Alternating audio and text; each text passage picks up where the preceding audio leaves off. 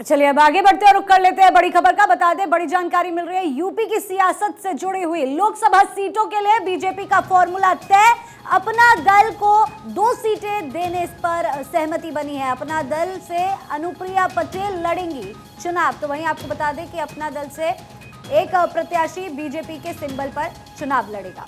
UP में Nishad party को भी एक सीट देगी बीजेपी, तो सभी 80 सीटों को लेकर ये जो रणनीति है वो तैयार कर ली गई है। और जो बड़ी खबर यूपी की सियासत से जुड़ी आ रही है वो आपकी टीवी स्क्रीन पर है। लोकसभा सीटों के लिए बीजेपी का फॉर्मूला तय हो चुका है और जो फॉर्मूला बनाया गया उसके तहत जो अपना दल सोनेलाल की पार्टी है उसको 2 सीटें मिलेंगी। अपना दल से अनुप्रिया पटेल जो कि वर्तमान में केंद्रीय मंत्री हैं वो चुनाव लड़ेंगे। इसके अलावा जो बड़ी खबर है वो निषाद पार्टी को लेकर भी सामने आ रही है, जिसको 1 सीट दिया जाएगा। तो ये बड़ी खबर है, यानी कि फॉर्मूला जो है वो तय हो चुका है। और जो फॉर्मूला यूपी की 80 लोकसभा सीटों को लेकर बना है वो ये कि 2 सीटें यहां पर अपना दल को दी जाएंगी। इसके अलावा 1 सीट निषाद पार्टी को, यानी कि 3 सीट जो सहयोगी दल है उनको भारतीय जनता पार्टी देगी। और इसके अलावा जितनी सीटें बचेगी वो सीट खुद बीजेपी उन सीटों पर लड़ेगी। यूपी में आपको ये बताते चले, ये फॉर्मूला भारतीय जनता पार्टी की तरफ से और सहयोगी जो दल है उनके तरफ से तैयार हुआ है। देखना होगा कि अपना दल सोनेलाल की जो पार्टी है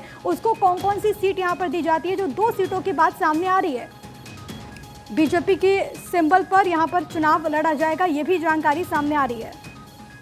इसी खबर पर अवनीश विद्यार्थी हमारे साथ ज्यादा जानकारी लेकर जुड़ गए हैं। अवनीश, 2023 में ही 2024 की बीजेपी तैयारी करती हुई यहां पर नजर आ रही है। फॉर्मूला बीजेपी ने बना लिया है?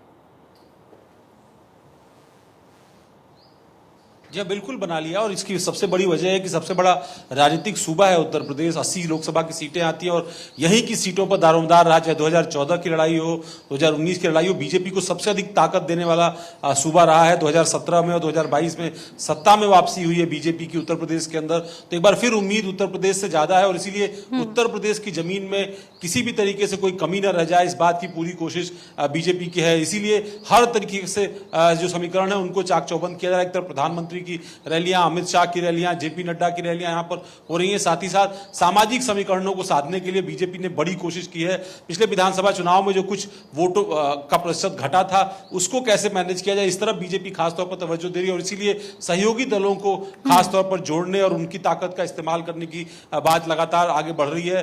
पिछली बार अनुप्रिया पटेल की पार्टी को 2 सीटें दी गई थी, सोनभद्र और मिर्जापुर। इस बार ये कहा जा रहा है कि जैसे निषाद पार्टी के भी एक सदस्य जो प्रवीण निषाद हैं वो बीजेपी के सिंबल पर लड़े थे। बताया जा रहा है कि इस बार भी वो बीजेपी के सिंबल पर निषाद पार्टी के तौर पर भले रहेंगे कि सिंबल उनका बीजेपी का रहेगा। और ओम प्रकाश राजभर की पार्टी से जो बीजेपी की बातचीत चल रही है, अगर वो बातचीत बनती है तो गाजीपुर की जो लोकसभा के उपचुनाव होने हैं उन चुनाव में भी, और जो आम चुनाव 2024 में लोकसभा के होंगे उनमें मऊ या गाजीपुर की किसी एक सीट को पर जो है वो राजभर पार्टी की दावेदारी हो सकती है। हालांकि बातचीत में एक पेच फंसा हुआ है। बीजेपी ये चाहती है कि राजभर उनकी पार्टी के सिंबल पर लड़े और राजभर की पार्टी चाहती है कि वो अपने सिंबल पर लड़े। तो इस तरह की बातें अभी चल रही हैं, आखिरी स्टेज में है। लगभग ये तय हो चुका कि बीजेपी खुद 76+ सीटों पर जो है उत्तर प्रदेश में लोकसभा का चुनाव लड़ेगी अपने सिंबल पर, और इसके अलावा कुछ सहयोगी दलों को अपने सिंबल पर और उनके सिंबल पर भी चुनाव लड़ाने के लिए ठीक है, ये बहुत ज्यादा महत्वपूर्ण है। हालांकि अगर सुभाषपा से बात हो जाती है तो क्या रणनीति बनती है वो देखना बहुत ज्यादा महत्वपूर्ण होगा। लेकिन